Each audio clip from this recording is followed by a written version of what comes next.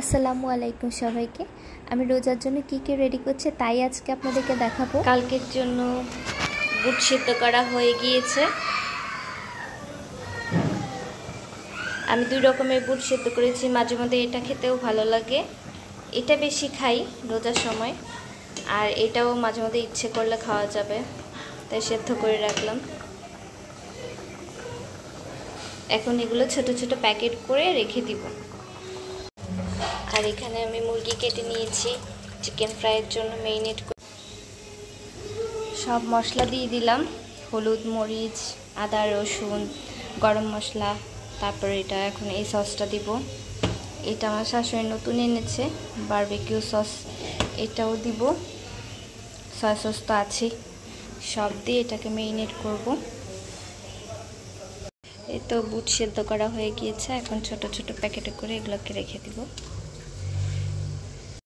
বুটগুলো সেদ্ধ করার পর ছোট ছোট করে প্যাকেট করে রেখেছি। আর এখানে ডাল গুঁড়া করে নিয়ে আসা হয়েছে,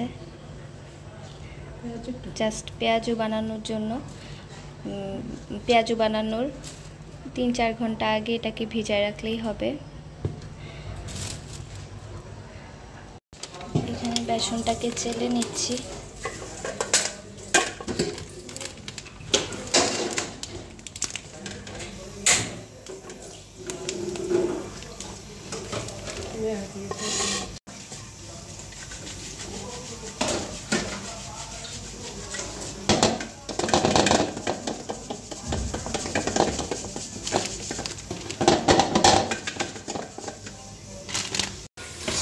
তো এখন বেসনগুলা চেলে নেওয়া হয়েছে, এটাকে একটা বক্সে করে রেখে দিব।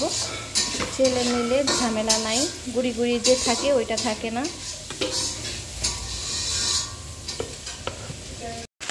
রোজার সবচেয়ে ইম্পর্টেন্ট জিনিস হচ্ছে মুড়ি।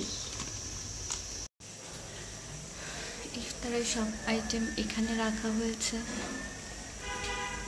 ট্যাং এনেছে, এখানে মুড়ি, সব কিছু এখানে রাখা হয়েছে। এখানে হচ্ছে ওই যে বললাম না চিকেন ফ্রাই করে খাবো, হাড়ের এই পিসটা,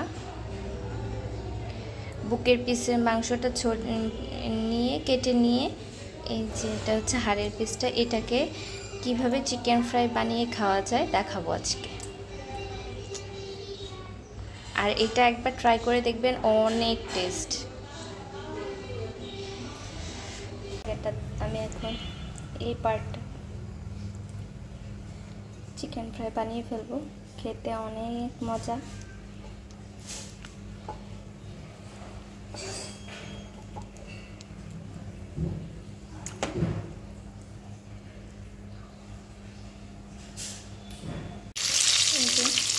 এগুলোকে ভেজে নিচ্ছি, এগুলো কিন্তু খুব মচমচা হয় খেতে। আর এটা চিকেন ফ্রাই থেকেও এটা বেশি টেস্ট, এই যে হাড়ের অংশটা।